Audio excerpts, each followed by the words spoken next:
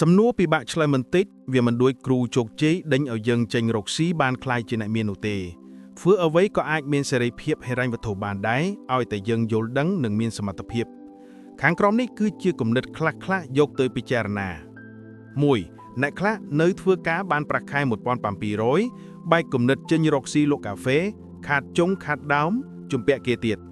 2. អ្នកខ្លះធ្វើការបានប្រាក់ខែជិត $1,000 បែកគំនិតចេញរកស៊ីលក់អនឡាញមួយរយៈធំ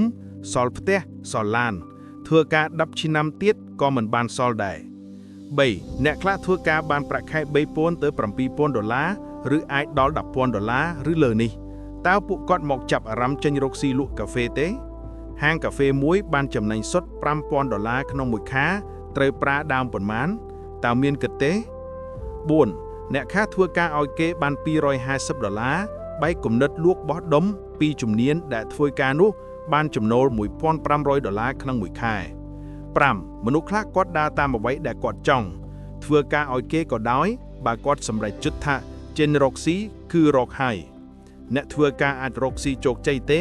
គឺអាចឲ្យតែមានគោលដៅមានជំនាញបន្តការរៀនសូត្រធ្វើច្រើនតស៊ូប្រឹងប្រែងមានវិន័យស្គាល់អ្នករកស៊ីអ្វីក៏អាចទៅរួចឲ្យតែយើងចង់ពិតមែនកុំតែតាមគេមួយឆាវដូចនេះរកស៊ីឬធ្វើការឲ្យគេមិនសំខាន់ទេអ្វីដែលសំខាន់យើងចង់បានជីវិតបែបណាមានក្តីសុបិនជាអ្វីគុណតម្លៃនៃជីវិតជាអ្វី